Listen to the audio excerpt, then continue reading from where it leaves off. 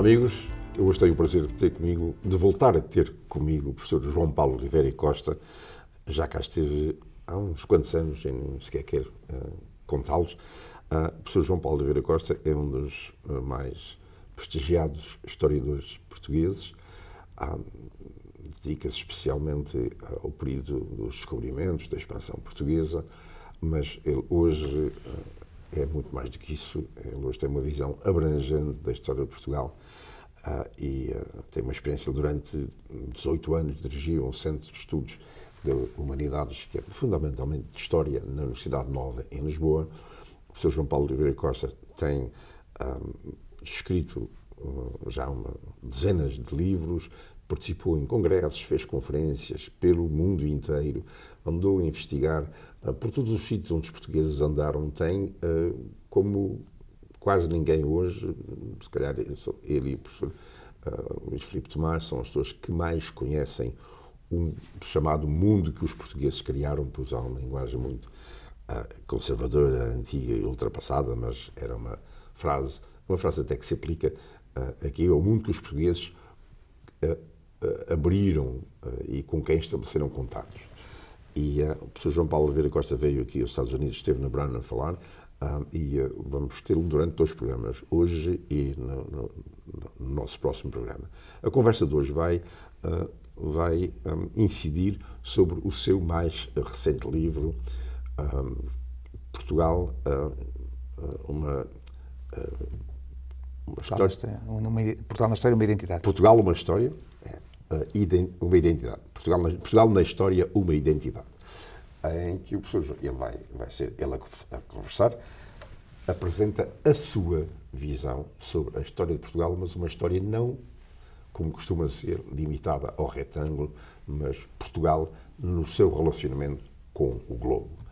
Passo-lhe a palavra, com muito gosto tenho aqui, e não preciso fazer perguntas. O professor João Paulo Oliveira Costa, quando começa a falar, só se dá sinal no fim. Terminou o tempo. Muito obrigado, Onésimo, por me convidar. É um gosto. Estive cá há 17 anos, não foi assim há tão pouco tempo, realmente. Foi em 2005, uma outra vez vim aqui também de passagem pela Brown, que o Onésimo me convidou, e eu tive muito gosto também, dessa vez, de aqui estar. Já foi em 2005. Eu escrevi o Portugal na História, uma identidade, porque, como historiador, eu creio que nós, enfim, cada um tem a sua maneira de fazer a sua carreira. Eu nunca gostei de estar muito tempo a bater nos mesmos temas e, além disso, eu sou um viajante nato.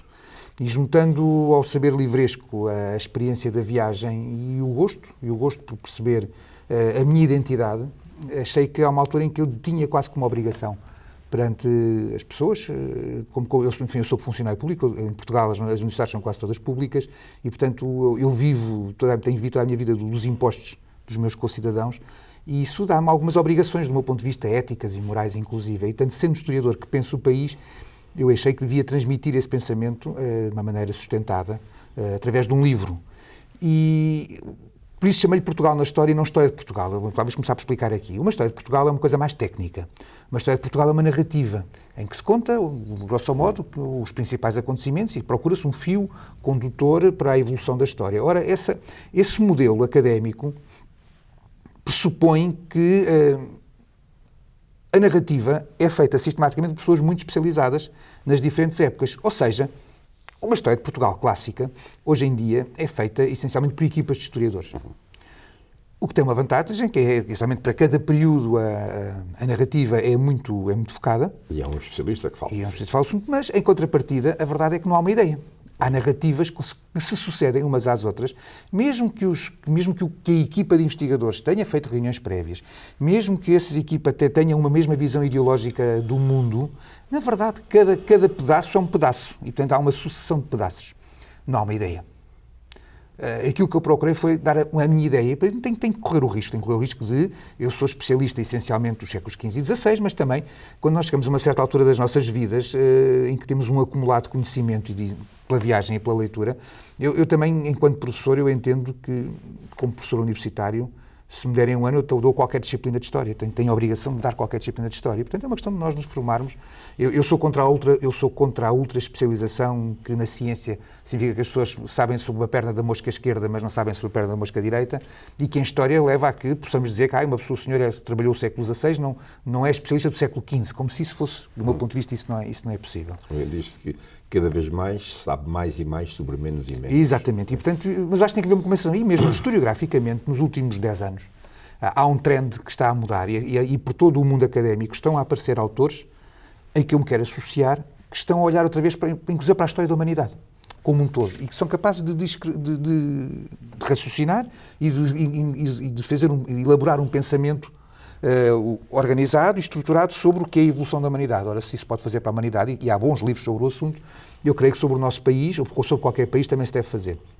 Para perceberem, porque eu tenho falado aqui um bocadinho das viagens, enfim, até por uma comunidade, como estou a falar por uma comunidade essencialmente imigrante e de segundas e terceiras gerações nascidas já fora do nosso país, que eu começo o livro com um preâmbulo, e que o preâmbulo se passa não em Portugal, e não se passou comigo, é um exemplo de viagem do meu irmão, mas que se passa na Baía de Hudson, aqui não muito longe, da cidade de Churchill, no estado, na capital do estado do Canadá, é o Winnipeg.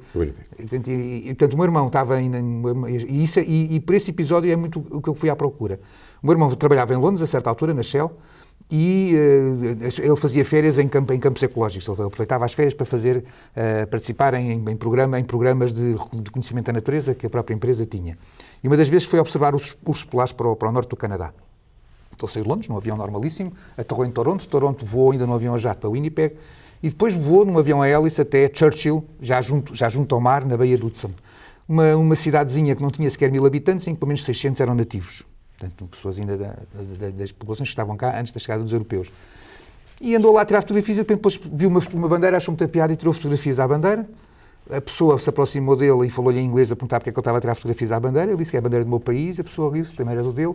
Estavam, na verdade, lá a bandeira de Portugal e a bandeira dos Açores. E pouco depois o meu irmão estava a comer um cozido à portuguesa na casa do Sr. Tony, a não sei quantos milhares de quilómetros de casa, uma pessoa que não se conhecia de lado nenhum, mas a partir do momento em que a bandeira, que no fundo é um pedaço de pano codificado, com todo o respeito pela bandeira, mas tecnicamente é um pedaço de pano a que nós atribuímos uma representação, e o meu irmão estava a comer um cozido à portuguesa com pessoas que passaram a ser seus amigos, simplesmente porque temos todos os mesmos referenciais, ou seja, por causa da identidade.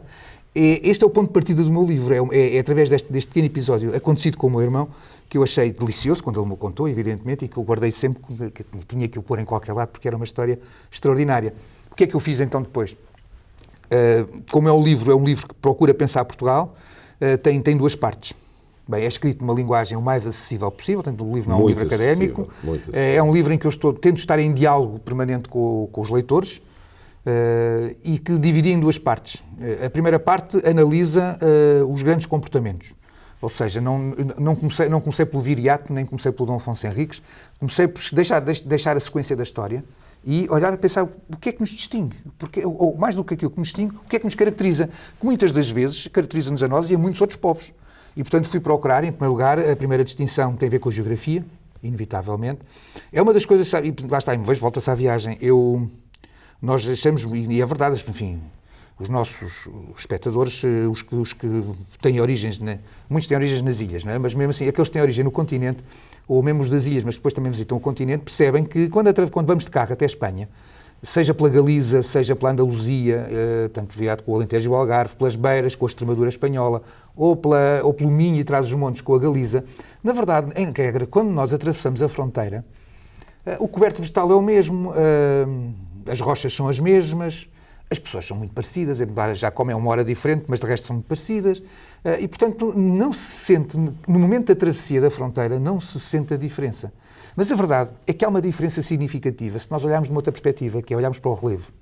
Olhando para o relevo, nós percebemos que, primeiro, que a maior parte das posições fronteiriças portuguesas estão em cumes, e que em quase todos esses sítios, ou com muita facilidade, se nós olharmos para dentro de Portugal, nós olhamos e vimos uma sucessão de montanhas, e muitas vezes ao olharmos para a Espanha, seja no norte, seja sobretudo na linha norte-sul, seja desde Miranda do Douro até o Algarve, nós muitas facilmente o que temos à frente é um horizonte amplo.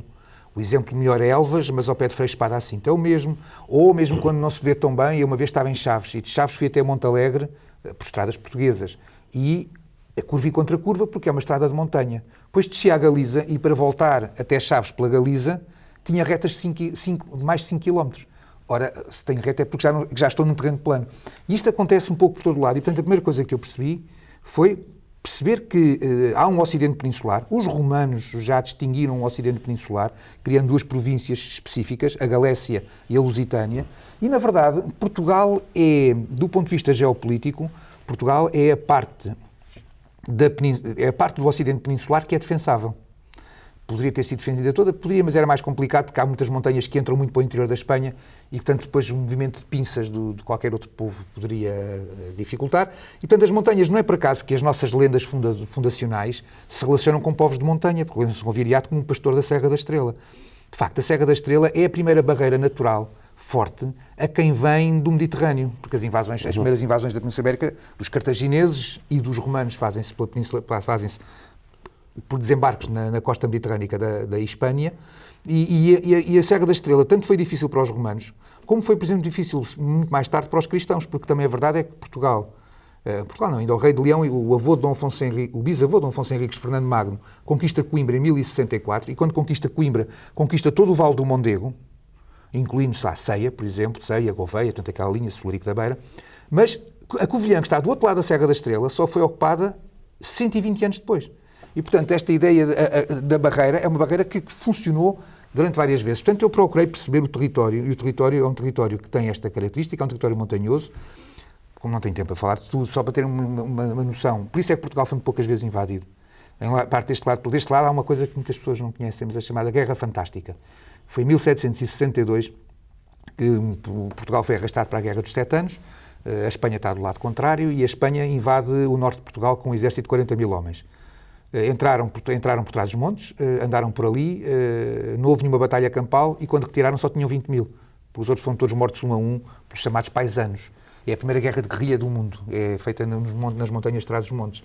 Portanto, o território é muito difícil, porque, como o território é muito montanhoso, qualquer exército, mesmo de 30 mil homens ou de 50 mil homens, numa estrada, em 100 aviões, numa estrada à funila.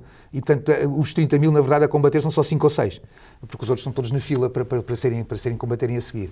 E isso na meseta ibérica não acontece. Na meseta, que é uma grande planície, um exército qualquer, o mais numeroso, vence sempre, em regra, vence o mais pequeno. E, portanto, Portugal teve essa característica de ser um país montanhoso e defensável. E a verdade é que Portugal ganhou praticamente todas as guerras contra Castela ou contra a Espanha, senão não existia.